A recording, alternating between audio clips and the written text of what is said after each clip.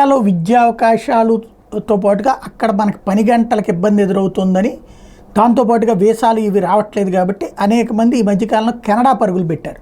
ఇప్పుడు కెనడాలో ఎందుకని, మనం ఇక్కడ ఏంటంటే మనోళ్ళు ఇక్కడ కొట్లో గుమస్తాగానో లేకపోతే ఏ పెట్రోల్ బంకులో పెట్రోల్ పోస్తేనో లేకపోతే ఏ పాయకానాలో గడిగితే తప్పు, అది ఇక్కడ చిన్నతనంగా ఉంటుంది. అదే విదేశాల్లో అలా చేసి సంపాదించుకున్న తప్పేం లేదు, మా అబ్బాయి విదేశాల్లో ఉన్నాడు బాగా చదువుకుంటున్నాడు అన్నటువంటి కోణంలోకి వెళ్ళచ్చు. అక్కడ కూడా ఏంటి, ఇక్కడేమో రూపాయల్లో వస్తే అక్కడ డాలర్లో వస్తే తద్వారా బతికేస్తారని అప్పులు చేసైనా తమ బిడ్డల్ని మధ్యతరగతి విదేశాలకు పంపించడం జరుగుతుంది.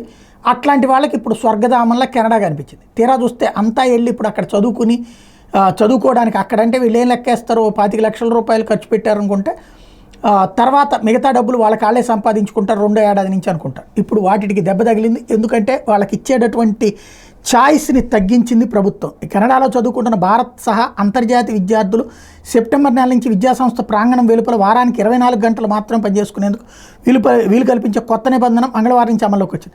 విద్యాసంస్థ ప్రాంగణం వెలుపల 20 గంటలకు పైగా పనిచేసుకునే ప్రస్తుత తాత్కాలిక విధానం ఏప్రిల్ 30తో ముగుస్తుంది. దాన్ని పొడిగించడానికి బదులు వారానికి 24 గంటలకు పరిమితం చేస్తున్నామని కెనడా వలసలు శరణార్థులు పౌరసత్వ వ్యవహారాల శాఖ మంత్రి మార్క్ మిల్లర్ ప్రకటించారు.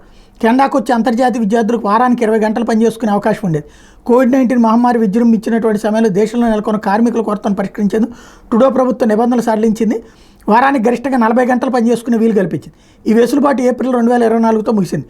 కొత్త 10 గంటల విధానం మాత్రం సెప్టెంబర్ నుంచి అమల్లోకి వస్తుంది. విదేశీ విద్య కోసం చూసే భారత యువతకి కెనడాలో ప్రధాన గమ్యస్థానంగా ఉంటున్నటువంటి నేపథ్యంలో 2022లో కెనడా ప్రభుత్వం గణాంకాల ప్రకారం ఆ దేశంలో 3,19,130 మంది భారతీయులు ఉన్నారు.